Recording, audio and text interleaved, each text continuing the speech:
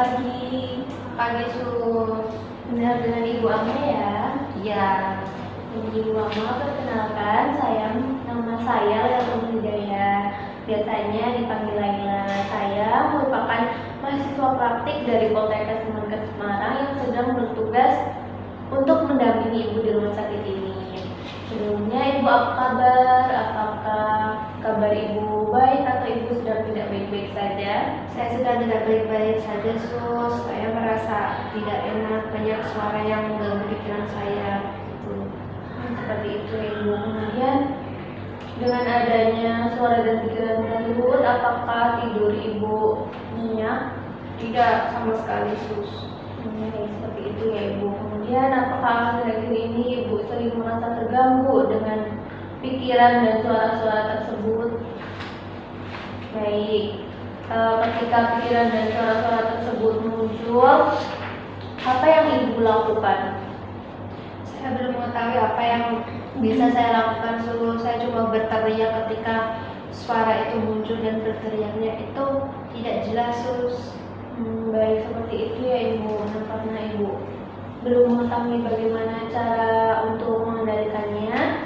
Jadi pada pertemuan ini kita akan berbincang-bincang mengenai bagaimana cara mengendalikan percobaan untuk menyakiti diri sendiri, dan tujuannya agar Ibu juga bisa mengenali benda-benda berbahaya yang ada di sekitar Ibu dan bagaimana cara mengendalikan suara-suara tersebut. Untuk waktunya nanti mungkin sekitar 15 menit saja. Kemudian tempatnya di sini saja ya Ibu, bagaimana? Ya Sus, saya setuju. Baik Ibu, hari ini kita akan membahas bagaimana cara membantu Ibu dalam mengenali dan mengendalikan pikiran negatif yang dapat membahayakan diri Ibu. Sebelumnya saya jelaskan terlebih dahulu ya Ibu. Jadi risiko bunuh diri ini merupakan kondisi di mana Ibu memiliki pikiran putus asa atau dorongan untuk menyakiti diri sendiri yang dipengaruhi oleh masalah psikologis, emosional maupun kesehatan mental. Nah, pendampingan ini bertujuan untuk membantu supaya Ibu memahami kondisi yang Ibu alami dan mencegah terjadinya tindakan untuk menyakiti diri sendiri, juga untuk meningkatkan kemampuan Ibu dalam mengelola stres seperti itu. Sebelum kita mulai, saya akan memastikan dulu apakah lingkungannya sudah nyaman untuk Ibu. Sudah. Oke, kalau begitu saya juga akan mendampingi Ibu agar Ibu dapat belajar mengendalikan dorongan untuk menyakiti diri sendiri ya Bu. Nah, untuk cara melakukannya nanti jika ada benda-benda berbahaya di sekitar Ibu seperti gunting, pisau, ataupun tali ataupun benda-benda berbahaya lainnya, Ibu bisa jauhi benda-benda tersebut dan jangan pernah sekali-kali memegangnya ya Bu. Kemudian saya setelah ini akan ajarkan untuk cara mengusir suara-suara yang muncul ke dalam pikiran Ibu. Apakah Ibu bersedia? Ya Sus, saya bersedia. Baik Ibu, jadi caranya jika suara tersebut muncul, Ibu dapat meletakkan kedua tangan di telinga Ibu dan menunjuknya seperti ini. Kemudian Ibu bisa berteriak atau memarahi suara tersebut dengan bilang, jauhi saya, pergi kamu itu palsu. Seperti itu ya Ibu. Sekarang coba Ibu lakukan. Saya meletakkan kedua tangan saya di telinga, menutupnya, lalu mengatakan, jauhi saya, pergi kamu itu palsu. Iya benar sekali Ibu. Cara tersebut bisa Ibu lakukan ketika suara-suara tersebut muncul ya Bu.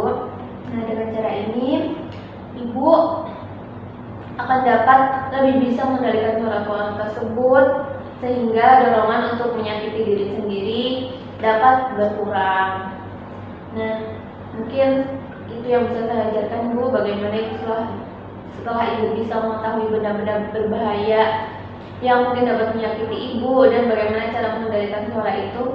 Karena saya lebih lega sih Sus, sehingga saya tidak lagi mungkin untuk mendekati benda-benda yang berbahaya, dan saya juga memiliki pengetahuan ketika saya merasa ada pikiran tersebut datang, maka saya akan melakukan latihan yang suster berikan dari ini.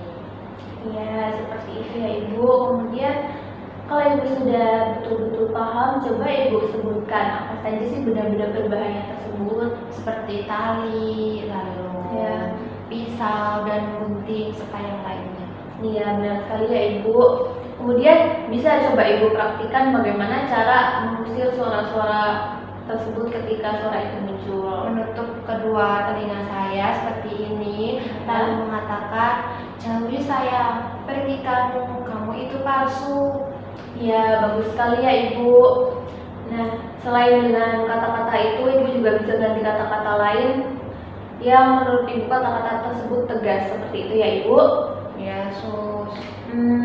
Kalau begitu, selama kita belum bertemu lagi, jika Ibu melihat benda-benda berbahaya tersebut, Ibu bisa langsung jauhi dan jangan pernah mengundangnya ya Bu. Iya, Kemudian, jika suara-suara tersebut muncul, Ibu bisa lakukan teknik tadi yang sudah kita praktikkan. Pada pertemuan berikutnya nanti kita akan membahas tentang cara berpikir positif tentang diri sendiri dan bagaimana cara Ibu bisa menghargai diri Ibu sebagai individu yang berharga. Apakah Ibu bersedia? ya, sus. Baik, besok kita akan bertemu pukul 9 pagi ya Ibu, dan tempatnya di sini saja. Bagaimana? Ya, sus, saya setuju. Baiklah, kalau begitu mungkin untuk hari ini kita cukupkan saja karena ini sudah pukul 9.15 ya Bu. Ibu terima kasih untuk kontribusinya. Tadi Ibu sudah sangat bagus sekali dapat mempraktikkan apa yang sudah saya ajarkan kepada Ibu. Kalau begitu saya permisi ya Ibu. Terima kasih Ibu, selamat beristirahat. Ya, sus.